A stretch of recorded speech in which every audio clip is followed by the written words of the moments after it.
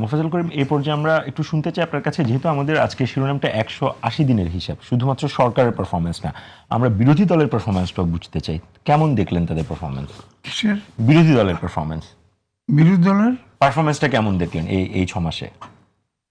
এই গত 6 মাসে? ভালো প্রশ্ন। বিরোধী দল আছে নাকি? আমার পাল্টা প্রশ্ন। আমি লিখিয়ে রাখলাম, আগেই লিখে রাখছি, আগেই লিখে। আমি যেটা বললাম সেটাই, বিরোধী দল আছে না, বিরোধী দল থাকুক আর না থাকুক, আমি কিন্তু কোন কারণে আপনার মনে হলো যে বিরোধী দল নাই, সেটা যদি আগে বলেন তাহলে হয়তো দর্শকদের বুঝতে সুবিধা হবে। দেখুন, বিরোধী দল বলতে আমরা কাদের মনে করি? এখন যারা ক্ষমতায় আছেন, অর্থাৎ বিএনপি, তার বিপক্ষে যারা, তারাই বিরোধী দল। সংসদে যারা আছেন, তো তারা তো স্পষ্টভাবে তো সেটা কখনো বলছেন না।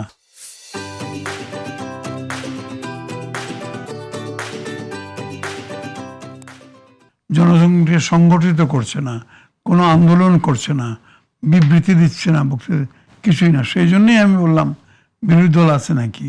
কোথায় বিরোধী দল?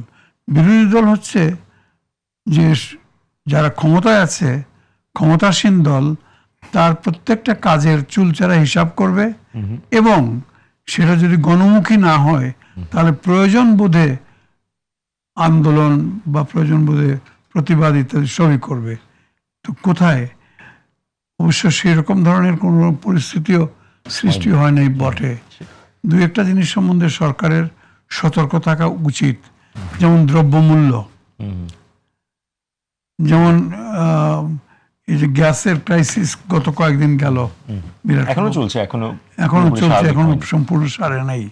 আচ্ছা, এই সমস্ত বিষয়, আর হঠাৎ করে যদি আইন শৃঙ্খলা খারাপ হয়ে যায়, তো আইন শৃঙ্খলাটা যতদূর দেখা যাচ্ছে মোটামুটি আগে যেরকম ছিল সেরকমই আছে, খুবই হয়নি। কিন্তু দ্রব্যমূল্যের ব্যাপারে আমি মনে করি সতর্ক হওয়ার প্রয়োজনীয়তা আছে। কারণ এই অতি সম্প্রতি বা এখনো যে গ্যাসের যে সমস্যাটা হয়েছে, যদিও মূল্যর জন্য নয়, সরবরাহের জন্য, তাহলে পরে সরকারের উচিত স্বাভাবিক পরিস্থিতিতেও প্রত্যেকটা জিনিস সূক্ষ্মভাবে মনিটর করা এবং পরিস্থিতি কি হতে পারে না হতে পারে সেটা আগাম বিবেচনা করে একটা প্রস্তুতিমূলক একটা ব্যবস্থা নিয়ে রাখা। এখন এই যে গ্যাসের ব্যাপারটা হলো, আমি তো বলবো এটা একটা তদন্ত হওয়া উচিত। কেন হলো? খালি বললেই হবে নাকি যে এই হয়েছে, সাপ্লাই এই হয়েছে, কেন হলো? ভবিষ্যতে যাতে না হয় তার জন্য কি করতে হবে, মনিটরিং ব্যবস্থাটা কেমন, এই সমস্ত তো দেখতে হবে। ঘটনা ঘটে যাওয়ার পরে, মানে রুগী মারা যাওয়ার পরে ডাক্তারের সে তো লাভ নাই। তো সেই জন্যে আমার বিনীত অনুরোধ, হ্যাঁ ঠিক বলেছেন, এই শব্দগুলোই পাচ্ছিলাম না। আমি হেল্প করছি না, কারণ বিনয় নাই তো, দুর্বিনীত। আমার দুর্বিনীত সাজেশন বলুন বা বলুন, যে পরিস্থিতিকে আপনারা ভালো করে পর্যালোচনা করুন, পর্যবেক্ষণ করুন এবং আগাম ব্যবস্থা নেন।